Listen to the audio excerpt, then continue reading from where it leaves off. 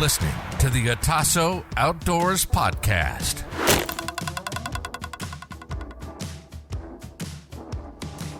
Oh, they put the big boys on. Do. Man, he's lucky there's 3. And a 4th. What's up, guys? Welcome back to the Otasso Outdoors Podcast.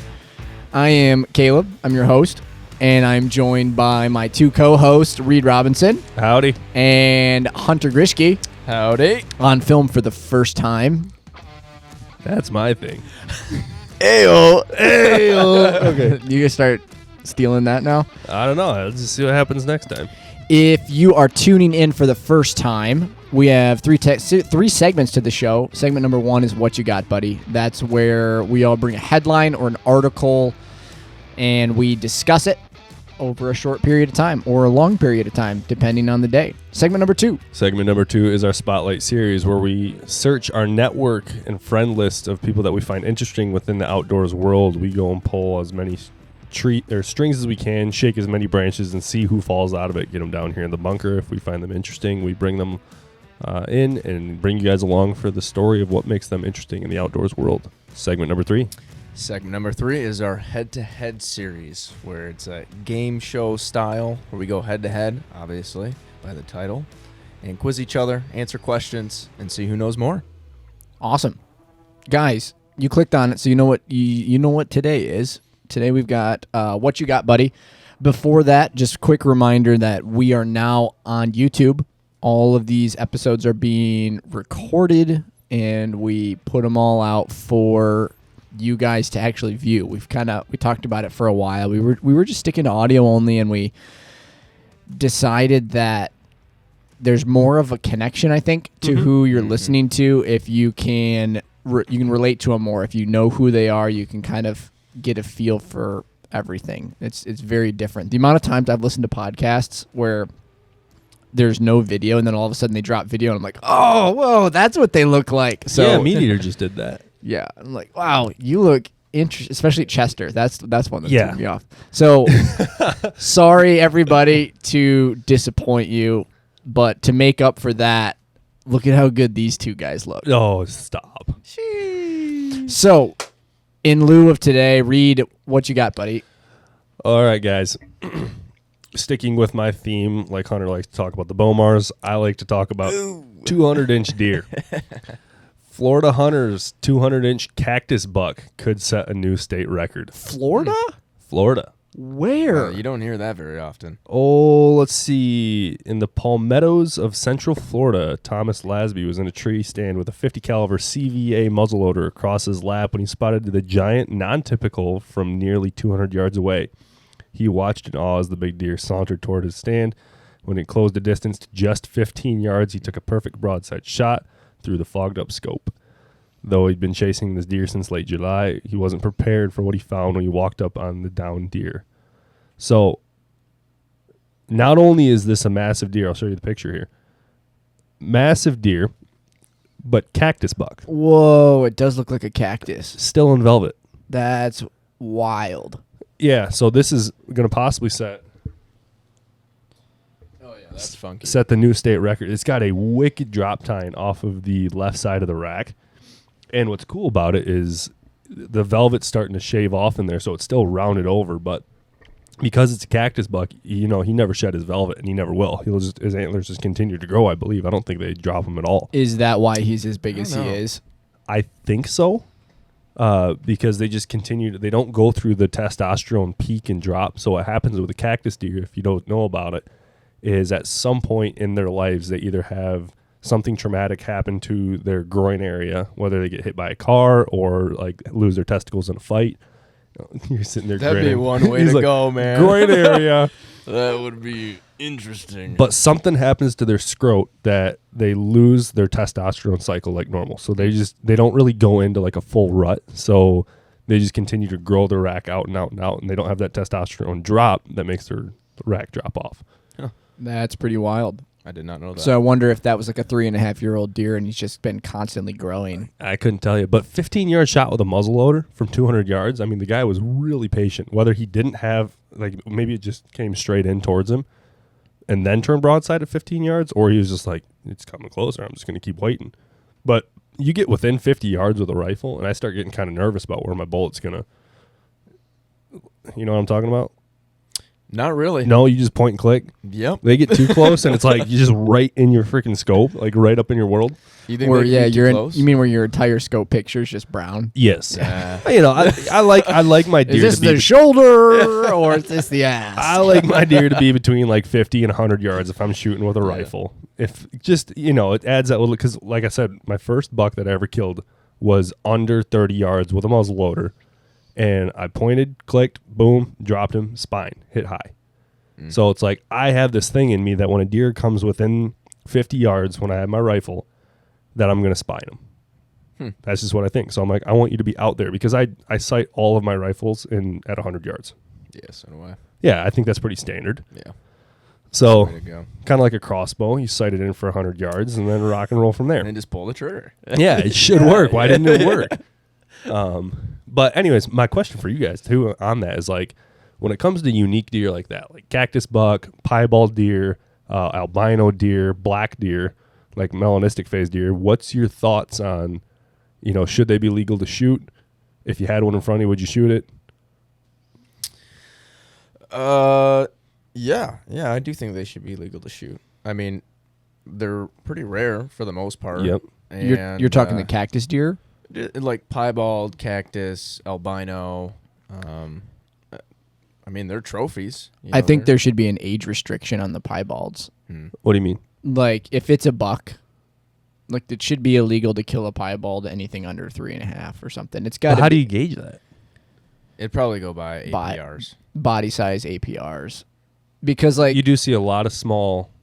because here's my thing with the piebalds is a piebald deer is worthy of a full body mount Oh yeah, because they're that rare. yeah. Or if it's really unique around the neck, at least a shoulder mount.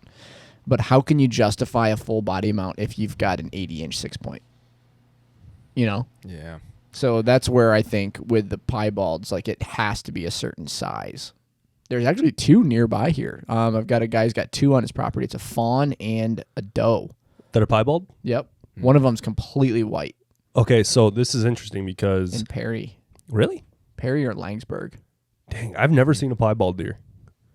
I've seen pelts of them, but in Illinois, Iowa, Minnesota, Tennessee, and Wisconsin, it is prohibited to kill an albino deer, and Iowa goes so far as to protect deer that are 50% or more white.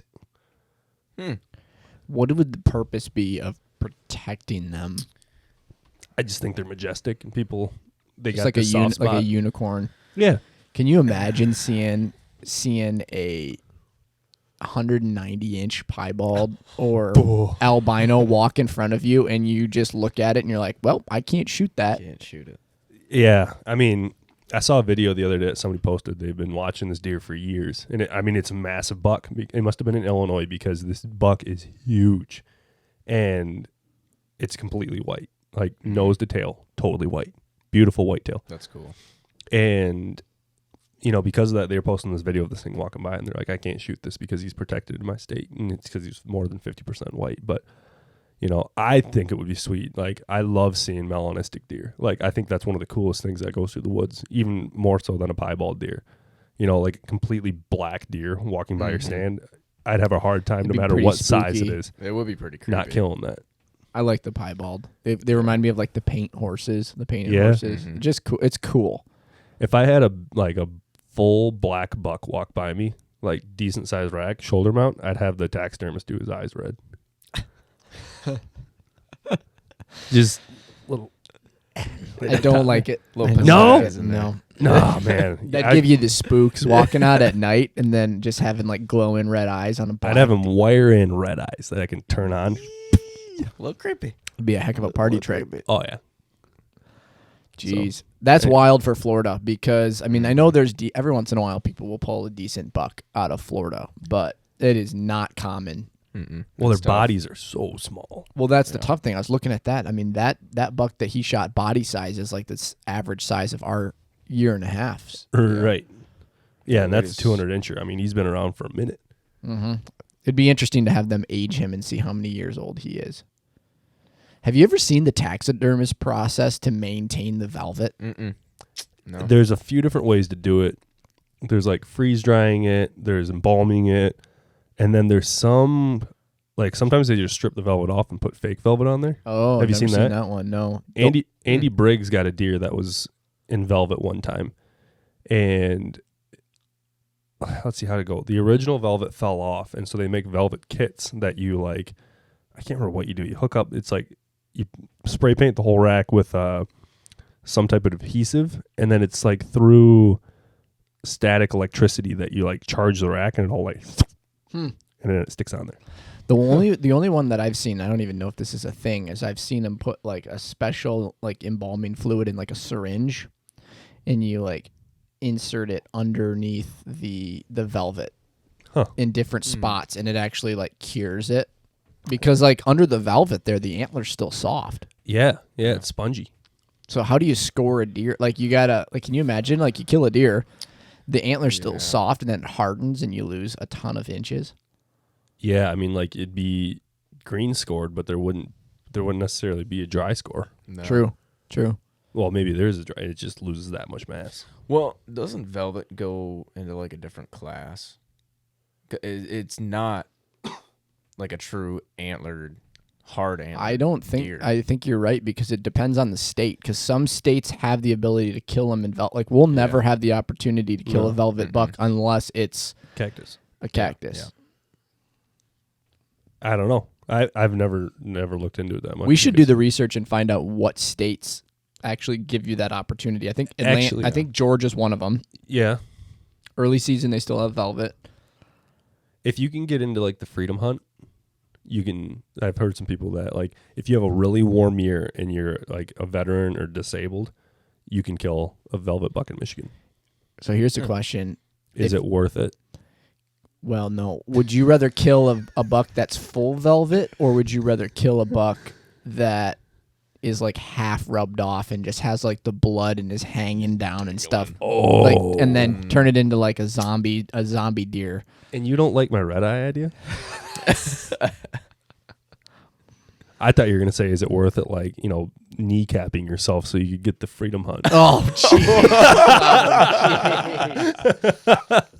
Just pop a few Lopping off. a leg off for whatever reason so you could go out and shoot a velvet deer. Accidental discharge. Anyways, Hunter, I what don't you know got? I don't know why I was carrying my 45 without a holster in my front pocket. Dude, I'll tell you what. Makes you think twice. When I appendix carry my pistol, and every once in a while, I just raw dog it because this is what I got, and I'm like, Nope. Nope. I don't know if I No like bueno. that. No we don't bueno. like it. Yeah, no holster, Glock 45, going commando. It is a very vulnerable experience. Sure is. No, you got to at least have a trigger guard. Just barrel to barrel, man. Nope. Hunter, what you got, buddy? All right. Deer harvest total surge following firearm season opener in Michigan. Oh, they got all the release totals out? Yeah. Michigan's revered regular firearm deer season opened on Wednesday, sending harvest report numbers skyrocketing. Michigan Department of Natural Resources deer harvest report on Thursday morning showed roughly 25,712 deer were harvested in one day following the start of firearm season. 25 or 75,000? 25. That's exactly why Heidi shuts down for gun disease.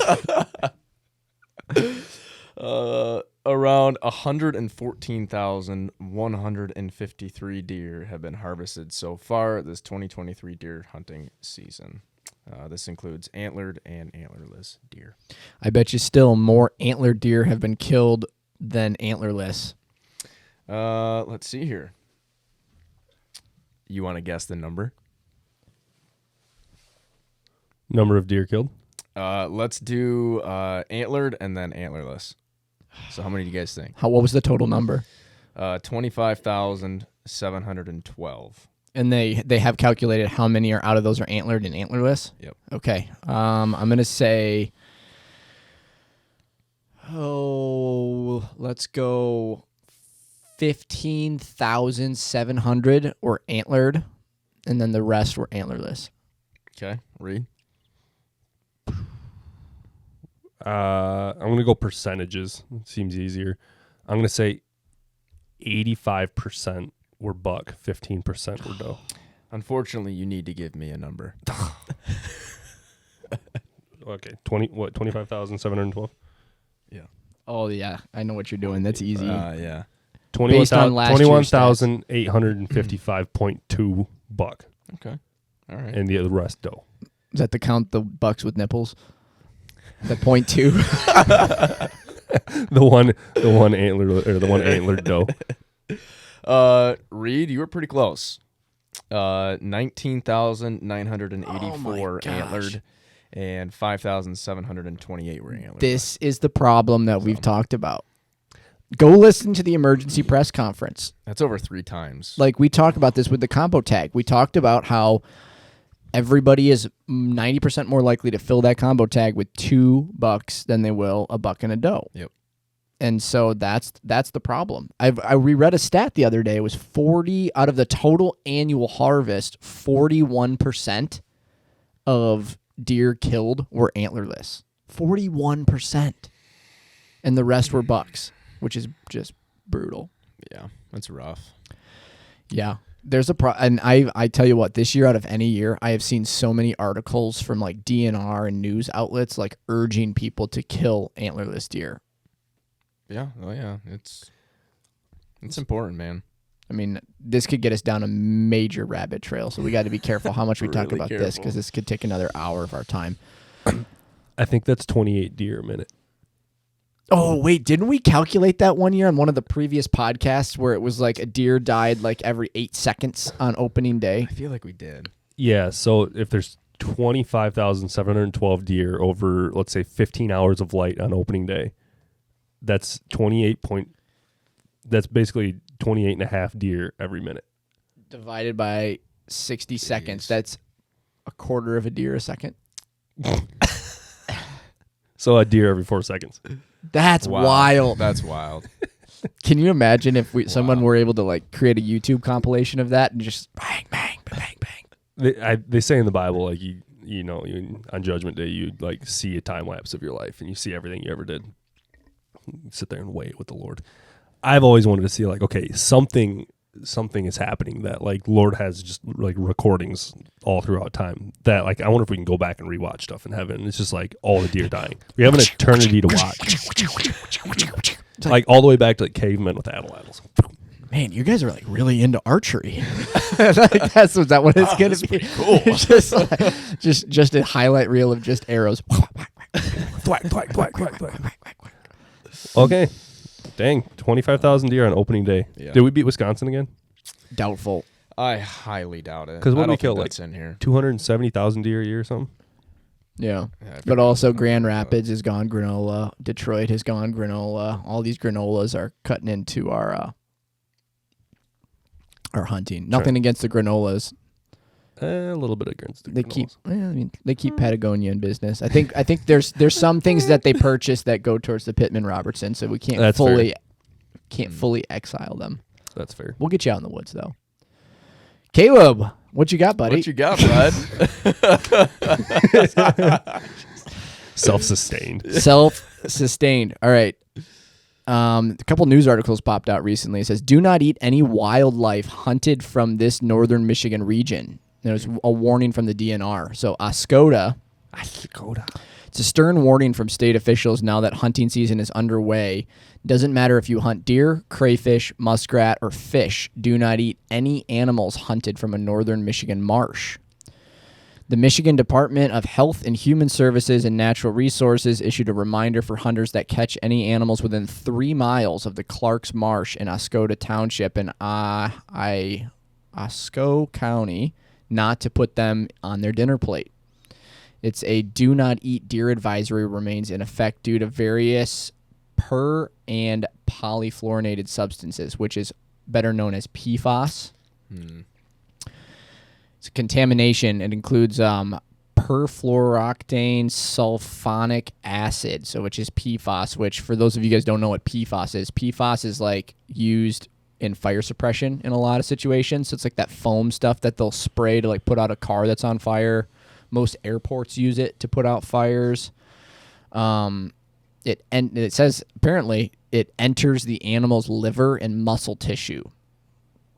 So Clark's Marsh sits on the grounds of a decommissioned Worth Smith Air Force base, according to reports. The water tested at least 5,000 parts per million or parts per something like that for total PFAS due to the contamination of the former base, which then ties into what I was saying about like the airports. They use that stuff to clean the runways as well. According to state officials, the do not eat advisory goes beyond deer and includes all fish and aquatic, semi-aquatic wildlife. I don't know who's eating semi-aquatic wildlife. Salamanders. Taken from Clark's Marsh, including fish, aquatic, semi-aquatic mammals, muskrats, amphibians, mollusks, reptiles, pretty much every wildlife aspect. Wow. So here's the issue: like PFAS are forever molecules; they don't deteriorate. Oh no, has been the do not eat fish advisory has been in effect since 2012. But did they just issue that for deer? Yes. So the do not eat deer advisory issued in 2018 was updated in 2019 and again 2021. The 2021 update shrank the 5-mile radius to a 3-mile radius. Wow. I just wonder. So here's my question would be: what happens if you've got a FUD who's out hunting in that area and just doesn't know and shoots a deer? Like, what happens if you eat an animal that's been contaminated by PFAS? Probably like, I don't know. You could probably call Robert Kennedy Jr. and he'll get you a court case. Yeah. So PFAS, let's see. If you shot a deer in the Ascota area and have health effects like non-Hodgkin's lymphoma, you may qualify. Please call presidential candidate Robert Kennedy Jr. Okay, so this is what I'm seeing from the CDC, which we all trust them with our lives. Can exposure to PFAS cause health issues? So the big side effects people get is increased cholesterol. Increased cholesterol, boys. Wow, that was great. Change in liver enzymes, decreased vaccine response in children, increased risk of high blood pressure or pre-eclampsia in pregnant women, small decreases in infant birth weights, increased risk of kidney or testicular cancer. Ooh. Oof. Not a good one. Interesting, but goes for the balls. So my question is, how many animals are contaminated with PFAS that you don't know about just from like a roadside card fire that they put out and it leaked down into like a drainage ditch or one of those culverts, and then all of a sudden somebody's then got testicular problems? Who knows? Who knows? I don't know, man. How could you ever like determine that though? Like how could you test that? You just would never know. Right. Until you have the symptoms. Until you have them. It's just the World Economic Forum.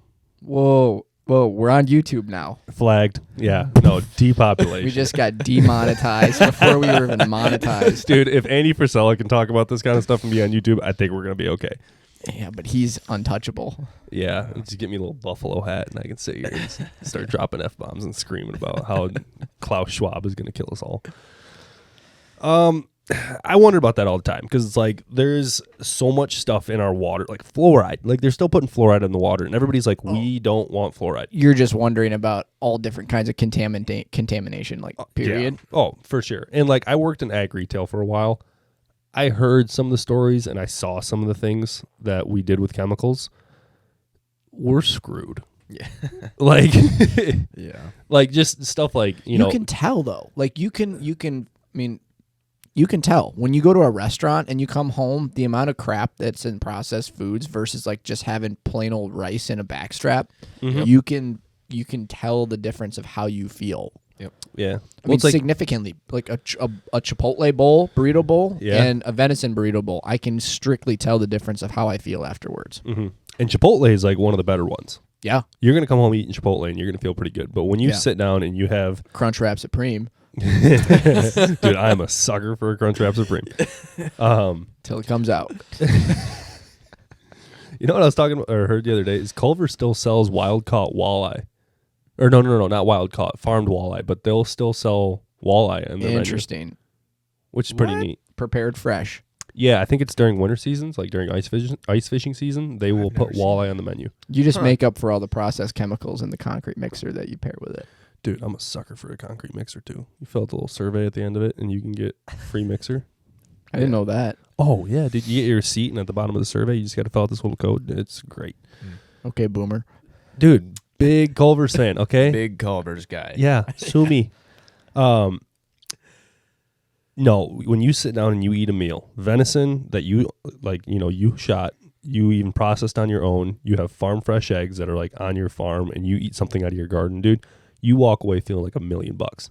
You could eat that until you're packed to the gills. And other than feeling stuffed, you're going to be like, I feel good. I want to grow fresh jalapenos next year. Jalapeno. Like sliced jalapenos that have been like on the Traeger grilled with, I see Rogan doing that a lot with elk. So elk and jalapenos.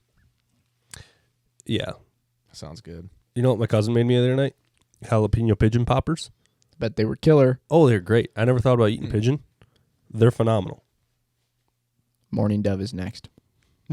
Don't tell anybody. What does pigeon taste like? I don't know. It tasted like a jalapeno to me.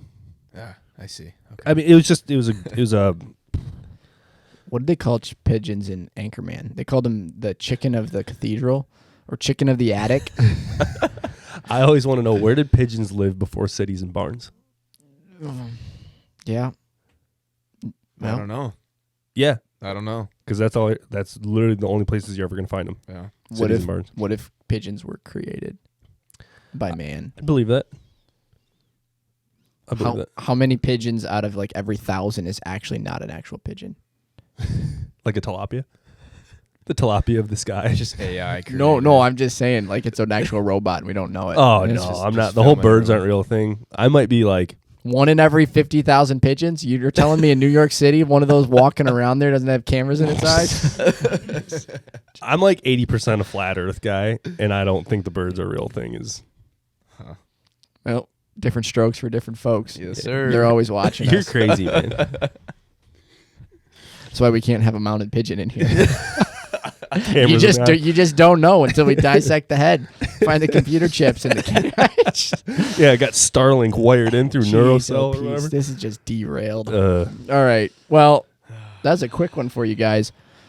Thanks for tuning in. We appreciate it. As always, we only grow organically right now, so we need your help to share the show. So if you had a good time, share it with somebody. Make sure to go on YouTube and subscribe to the show so that you can watch the video and see our scuzzy faces. And then looking pretty rough during hunting season right now.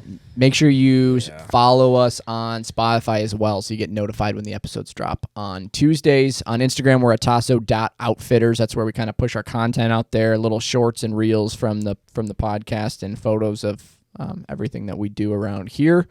Our website is atassoutfitters.com. It's kind of where our merch shop is at. The podcast is also on the website, but that's kind of what drives all of this and helps fund is just t-shirts, hats, hoodies, all the good stuff over there. So make sure to check that out. Coming at you live from the pod bunker. We will catch you on the next one. Good night, everybody. With the amount of technical trouble we had on the front end of this one, 2 hours just kind of wasted. That went pretty smooth. 30 minutes? We did that in 30 minutes?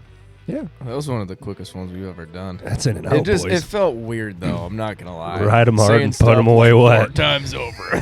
Just See you guys later.